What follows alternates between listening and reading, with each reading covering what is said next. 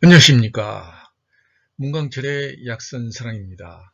오늘은 약이 되게 하는 영양조리와 음식, 약선 기초이론 제8강 변증에 대하여 두 번째 시간을 시작하도록 하겠습니다.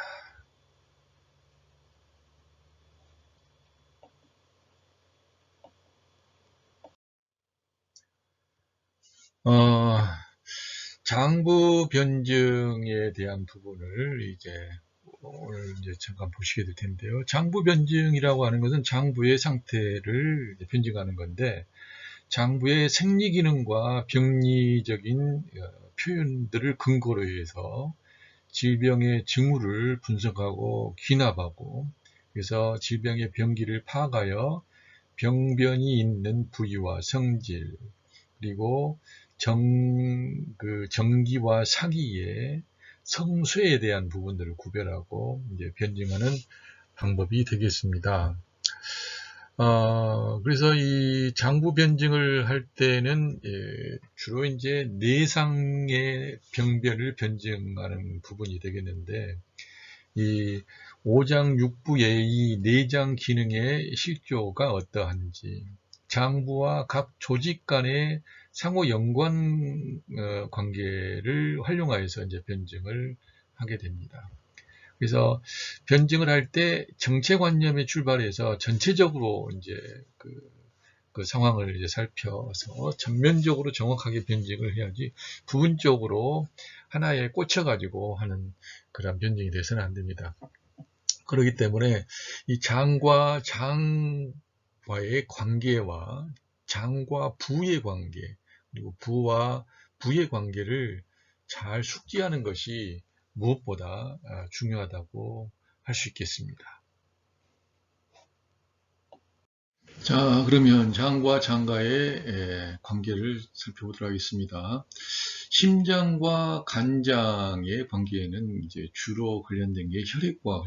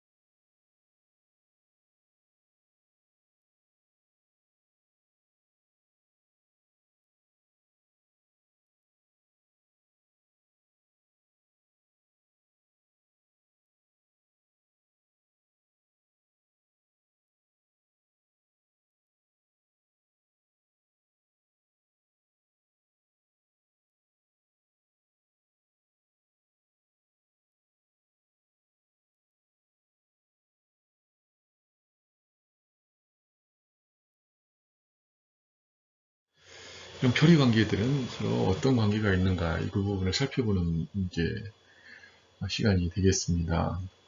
심장과 소장은 서로 표리 관계에 있죠. 그리고 또 바로 그 밑에 폐장과 대장이 표리 관계에 있고요. 그리고 비장과 위장, 간장과 담낭, 그리고 방광과 심장과 방광입니다. 그러면 심장과 소장을 먼저 보면 심장은 심주혈이 되어 있죠. 그리고 소장은 정미 물질을 흡수하는 상황입니다. 그렇죠. 그래서 심장의 주혈 관계에서는 소장의 심장의 화를 아래로 내려줘서 정미 물질을 흡수하는데 이제 도움을 주죠. 그래서 정미 물질을 만들고 흡수하는 데 도움이 되어지게 되고, 소장은 또한 이 정미 물질화 과정에 있어서 그 비별 청탁에서 맑은 것과 탁한 것을 구분을 해서 심장과 폐장의 그 과정을 통해 가지고 혈액화하는 과정을 이제 돕게 되어지는 그런 상황이라고 볼 수가 있겠습니다. 그리고 이제 폐장과 대장에 대한 부분은, 폐장은 이제 선발 숙광 작용을 통해 가지고 기를 주관을 하고, 대장은 이제 소장에서 영양 물질을 다 흡수하고 난 이제 그 슬러지를 이제 전도하는 작용들을 하겠는데요.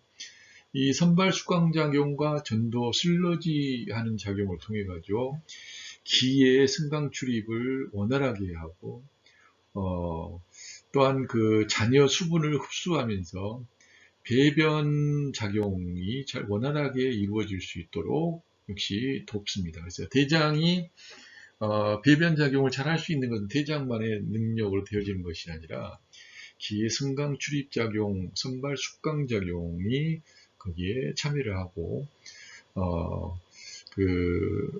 함께 유기적인 관계가 있다, 이렇게 볼 수가 있겠습니다. 비장과 위장과의 관계를 이제 보시겠는데요. 비장과 위장에서는 비장은 음식을 수납하고 또 이제 운하하는 기능을 하죠. 그래서 위장으로 음식이 수납되어지게 되어지면 비장으로 운하 기능을 해서 또 거기에서 맑은 것은 올리고 탁한 것은 이제 아래로 내리는 그런 부분들의 근원을 만들어내게 되고, 이런 상황을 통해 가지고 초보적인 소화를 이루어지고 나면 맑은 것과 탁한 것을 심장과 폐로, 그리고 소장으로, 대장으로 이렇게 내리는 작업들을 하게 되어집니다. 그래서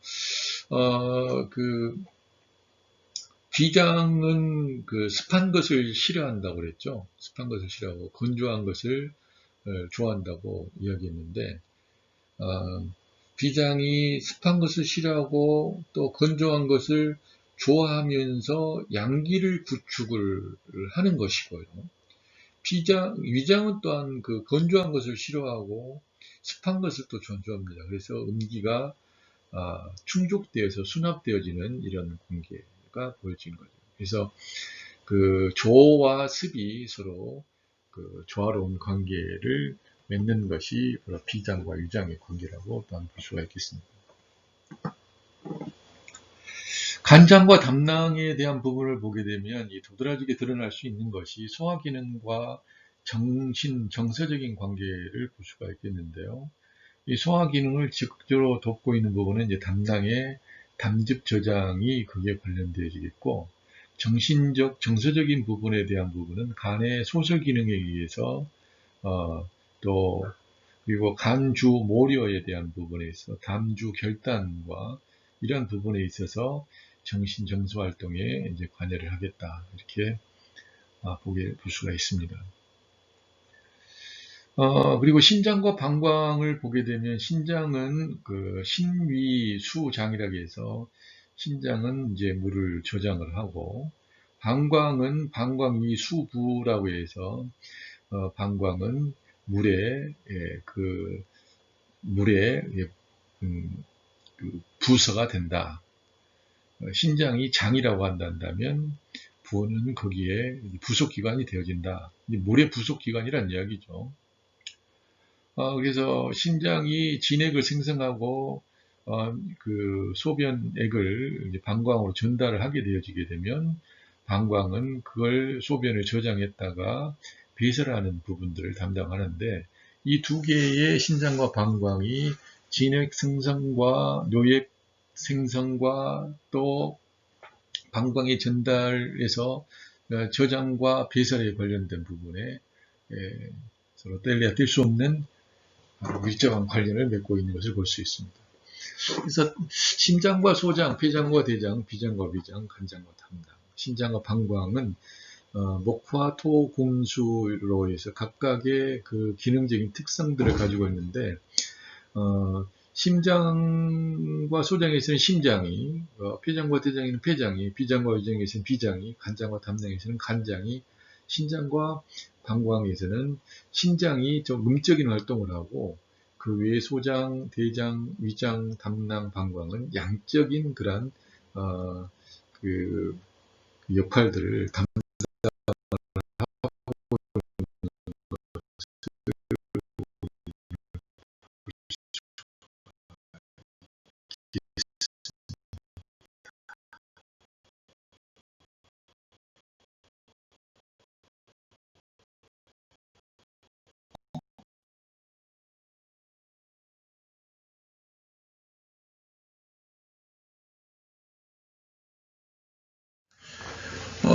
부와 부와의 관계입니다. 아마 좀 전에 장과 부에 대한 부분을 봤는데, 장과 부는 이제 표리 관계여서 그 부부 관계로 본다면 그 남편과 아내 관계와 같이 이런 서로 견제하며 서로 조절하고 서로 또 돕고 하는 그런 밀접한 관련이 장과 부의 관계라고 본다 한다면, 여기서 부와 부의 관계에서는 하나의 목적을 놓고 이제 그 서로 서로 다른 그렇게 긴밀한 연관관계는 없는 그런 장기가 한 목적을 놓고 이제 일사불란하게 같이 움직여지는 것을 이제 볼 수가 있겠어요. 그래서 예를 든다면 이 소화 과정이라고 하는 영양 흡수라고 하는 과정을 위해서 그 대동단계라는 모순인 거죠. 그래서 소화를 하고 흡수를 하고 또 흡수되어져서 이제 배설하는, 소화 흡수 배설의 관계를 완성시키는 그런 부분이 부와 부의 관계 속에서 볼 수가 있겠습니다. 그래서 위장에서 수곡을 수납하고 부숙해서 초보적인 소화를 이루는 관계가 있고, 또 담낭에서 담즙을 저장해서 배설해서 소화 과정을 돕는 관계가 있죠. 그래서 소장에서 이제 진일보한 소화를 이제 하게 되어지고, 이렇게 진일보 소화된 그 소화에서 맑은 것과 탁한 것을 구별하고 판단을 해가지고, 맑은 것과 그 깨끗한 것은, 정밀한 것은 흡수를 하고, 좀 조박한 것은 그 물과 조박한 슬러지에는 이제 배설을 하기 위해서 다음 단계로 전달해주는 그 부분을 볼 수가 있는 거죠. 그래서 여기까지 보게 되면 소화와 흡수 관계가 이제 이루어지는 겁니다. 대장에서는 이제 전도되어져 있는 이제 슬러지를 다시 그 전도된 슬러지 속에서 잔여 물 수분 성분을 이제 흡수를 하게 되어집니다. 그리고 난 다음에 이 조박한 그 슬러지는 이제 배설의 단계로 이제 들어가게 되는 것을 볼 수 있습니다. 그리고 대장에서 흡수되어졌던 그 수분의 부분들은 다시 방광의 그 수분으로 저장하고 배설되어지는 관계를 통해서 이 배설에 대한 부분들이 이루어지고 있는 것이고, 3초는 이 수곡의 도로로서 소화 흡수와 배설 간의 이 통로 역할을 전체적으로 주관을 하게 되어진 걸 볼 수가 있어요. 그래서 부와 부의 관계에서는 놀라울 정도로 바로 그 생명 활동을 원활하게 하게 하기 위해서 일사불란하게 소화와 흡수와 배설이 서로 협조 관계 속에서 완성을 이루더라. 이런 관계를 볼 수가 있겠습니다. 그래서 소화는 굉장히 중요하죠. 예, 배설이 잘 되고 있다라고 하는 것은, 그리고 소화가 잘 되고 있다라고 하는 것은 오장육부의 관계가 트러블 없이 잘 조화롭게 움직이고 있다라고 하는 것을 이제 이야기를 해주고 있다고 볼 수 있겠습니다. 그래서 오늘까지 해서 이제 장상학설 마지막 부분, 장과 부의 관계, 부와 부의 관계까지 살펴보았는데, 여전히 힘드실 거예요. 우리 이제 처음 이제 이쪽 공부를 이제 대면하시니까 어려운데, 단적인 부분으로 뭐 장사학설에서 이제 제가 마지막으로 여러분들에게 이제 정리를 해드린다 한다면, 가장 중요하기로는 이제 5장이 더 이제 중요하겠죠. 그래서 5장의 주요한 역할들이 이제 가장 중요하게 되어지는데, 여러분들의 관심 속에서 나는 그 5장이 이제 건강할까, 안 건강할까, 이제 이 부분을 더 많이 생각을 하잖아요. 그래서 이제, 첫 번째는 5장 중에서 심장이 만약에 건강하지 않게 되면 심장 임상적 증상, 주증상은 뭘까?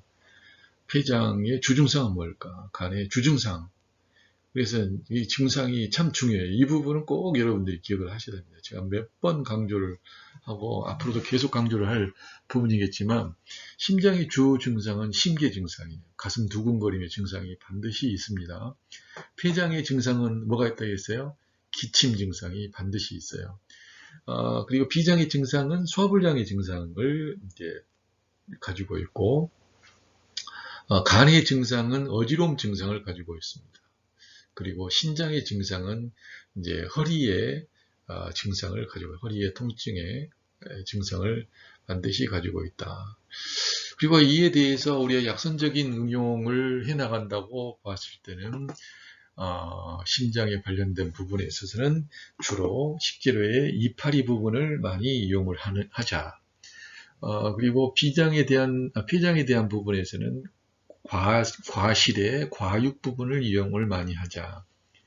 그리고 비장에 대한 부분에 있어서는 꽃 종류를 이야기했고, 그 다음에 간에 대한 부분에는 줄기와 가지와 덩굴과 가시, 그 다음에 신장에 대한 부분은 이제 씨앗에 대한 부분과 뿌리에 대한 것들을 주요하게 말씀을 드렸습니다. 앞으로 이제 우리가 계속 공부를 해 나가는 과정에 있어서 이 5장 6부 그리고 기항지부에 대한 부분을 이루어 나가기 위해서 그리고 음식물을 섭취하기에 되어지고 그 음식물을 통해서 이런 모든 일들이 일어나게 되어집니다. 그래서 어떤 음식물을 먹을 거냐, 어떤 음식물을 섭취할 것이냐, 그리고 그 섭취한 음식물을 어떻게 잘 소화를 하고 흡수하고 어떻게 잘 배설하게 할 것이냐에 대한 부분의 교훈들을 바로 이 장상학설이 우리에게 가르치고 있다. 이렇게 생각을 하시고 앞으로도 더 많은 관심을 갖고 공부를 하시는 게 좋을 것 같습니다. 우리 선생님들 실망하지 마시고 용기를 가지고 꾸준히 나가시게 되면 머지않아 하나하나씩 여러분들이 얻어지는 부분들이 있을 거니까 너무 조급하지 마시기 바랍니다. 오늘까지 수고 많으셨습니다. 감사합니다. 경락 변증을 우리가 살펴보도록 하겠습니다. 경락 변증은 경락학의 원리를 적용하여서 질병의 발생 원인이나 성질 그리고 그 부위에 대한 것을 이제 봐서 그 증후가 소속되어 있는 경락에 병이 있는 그리고 그 소속되어 있는 경락과 관련된 장부에 병이 있는 것을 판단하는 그러한 변증이 되겠습니다. 예를 들어서 임상에서 환자의 증상이나 체증을 관찰했을 때 어떤 경락의 병이 나타나게 되어지면 그 부분을 근거로 해서 이제 진단을 내리게 되는데 한 개의 경락 또는 이제 여러 개의 경락이 동시에 나타날 수 있다고 하는 특징들을 이제 가지고 있습니다. 그래서 수태음 폐경과 이 족소음 신장경의 만약에 천식이 발생했다고 한다면 수태인 폐가 수속되어 있는 경맥으로 이제 쉽게 이제 구분을 하게 되어지는 것이고, 족소음 신장경은 이제 비록 신장에 수속되어 있긴 하지만 체내를 순환하다가 일부분을 위로 올라가서 간을 거쳐서 횡격막을 지나 폐로 들어가 천식을 일으킨 것이기 때문에 진단은 천식 외의 증상을 보고 또한 판단을 내리게 됩니다. 그래서 가슴이 답답하면서 오목가슴이 아픈 증상을 동반하게 되어지면 이건 폐경으로 인해서 무서움증이나 두근거림의 증상이나 요통 등이 동반하게 될 수 있고, 이렇게 되어지면 신장병으로도 또한 판단을 이제 내릴 수가 있는 것이죠. 그래서 우리가 그 경락들을 쭉 보게 되어지면 간신, 비폐신에 관련된 여러 가지 이제 경락들을 타고 거기에 어떤 통증들이 발생하게 되어지면 그 경락과 장부의 관계, 이런 부분들, 그리고 허와 실의 관계, 표와 리의 관계, 한과 열의 관계들을 역시 또 같이 파악을 할 수 있는 것입니다. 또 이제 위기 영혈 변증이라고 하는 이제 변증이 또 있겠는데요. 이제 이 부분은 이제 기에 관련된 위기와 이제 영기와 원기, 종기, 이런 기에 관련된 이제 변증이 되겠습니다. 육경 변증을 이제 보충하고 발전하면서 외관 변증의 내용이 이제 조금 더 풍부해지기 시작하죠. 그래서 위기 영혈의 생리 기능들을 우리가 좀 기억을 한 상황에서 이 변증에 임하는 것이 좋겠습니다. 위기는 양에 속합니다. 그래서 밖에서 음을 사용하면서 육을 따뜻하게 하고 피부를 충실하게 하여 주리를 열고 닫는다. 그래서 위기는 혈관 밖에서 움직이고 있는 이제 기라고 볼 수가 있죠.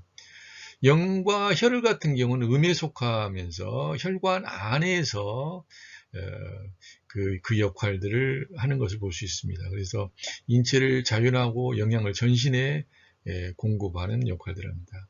그래서 영과 혈은 수곡정미에서 만들어진 것으로서 이제 선후가 있는데, 영은 혈중의 기에 속하기 때문에 혈관 속에 돌고 있는 기에 속하기 때문에 혈보다는 더 겉에 있다고 볼 수가 있겠습니다. 위기 영혈은 겉과 안, 그리고 얇고 깊은 그런 관계 속에서 온열 병사가 인체를侵입하면 먼저 위기를 표면으로 보내서 제일 먼저 위분에 작용을 하고, 위분이 해결되지 못하면 안으로 들어와서 기분에 작용을 하고, 기분이 해결되지 못하게 된다 하시면 전기가 약해져서 진액을 말리게 되어지고, 병사가 허증을 이기고 이제 안으로 쌓이고 영분으로 들어오게 되고, 영분은 혈분으로 들어오게 돼서 위기, 기분, 그 다음에 이제 위기에 대한 부분, 위분과 기분과 그 다음에 이제 그 영분과 그 다음에 혈분의 이런 네 가지의 단계로 흘러들어오는 그런 형태가 되겠습니다. 주로 이제 이 위기 영혈의 생리와 병리적 작용들에 대한 부분은 온병학에서 이제 주로 이제 거론되어지는 진단 방법이 되겠습니다. 자, 기에 대해서 개괄적인 도표를 통해서 보시다.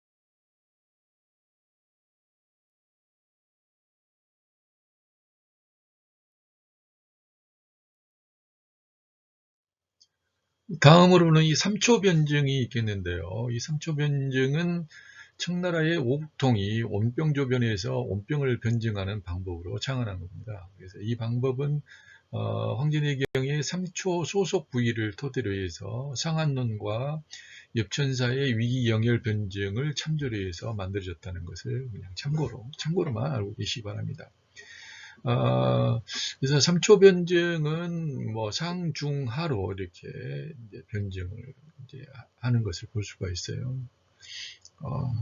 그래서 오국통은 원병의 발병은 이제 상하론과 다르다라고 이제 이야기하면서 이제 이야기하고 있고, 또 이 3초는 상초를 인후에서 행경막까지 말하고, 중초는 완복부를 말하고, 이 하초는 소복부와 이음을 이야기한다.